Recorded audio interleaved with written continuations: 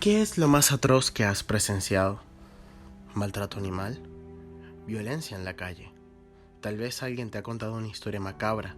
Quizás conoces a alguien que ha vivido algo que es tan difícil de relatar que las palabras salen con esfuerzo. Esa es, más o menos, la sensación que podría generar esta pintura. Saturno devorando a sus hijos.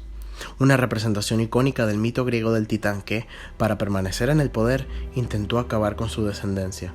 Pero más que relato, es la grotesca y sombría imaginación de Francisco Goya que le da vida a esta escena, que ha sido representada incluso antes por otros artistas.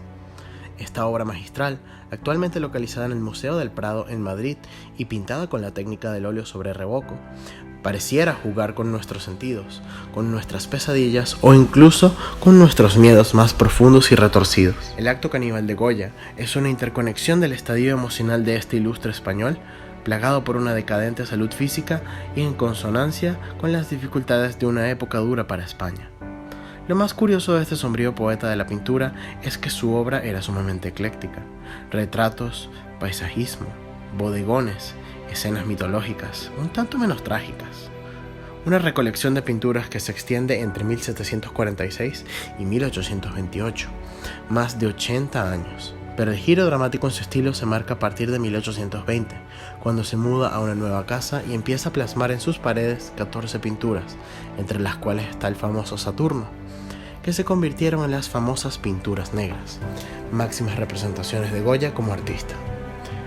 Es la consistencia y la expresión de estos óleos que lo diferencian como creador, particularmente terrible sabiendo que estos cuadros son una drástica inmersión en lo oscuro en cuanto a temática y color.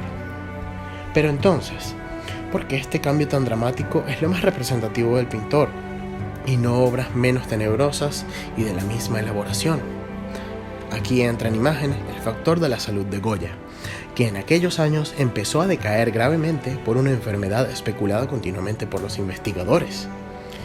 Una suma de condiciones como sordera, pérdida de la vista y dolores corporales podrían dar una indicación de la aflicción de Goya en este periodo artístico.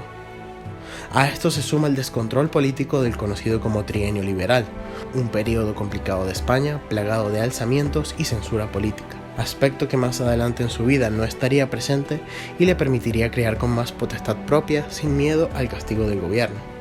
La visión de Goya en aquel entonces era todo menos optimista, y es esta época enferma de su vida y su sociedad que lo hacen rebelarse agresivamente.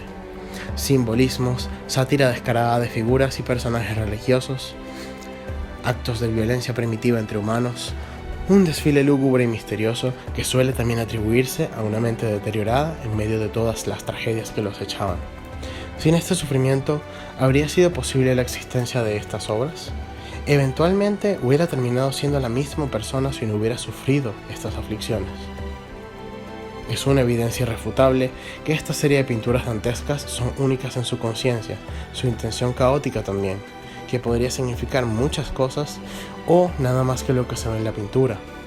Detrás de nuestro afamado Saturno puede haber también una alegoría a un gobierno que se come a sus civiles, a sus hijos. Detrás de una aquelarre de brujas hay actores políticos de la vida real. No es solo el dolor, sino la decepción de Goya por su mundo que lo convierten en un invocador de escenas demoníacas, en el verdadero autor de las pinturas negras, que en unos años, tras decorar su hogar de la manera más escalofriante posible, dejaría el mundo y soltaría su dolor finalmente. La permanencia del terror sobre la belleza en la obra de Goya solo demuestra que su liberación de un mundo civilizado y retratos de la realeza lo transformarían y a sus obras en piezas atemporales en su ejecución y simbología.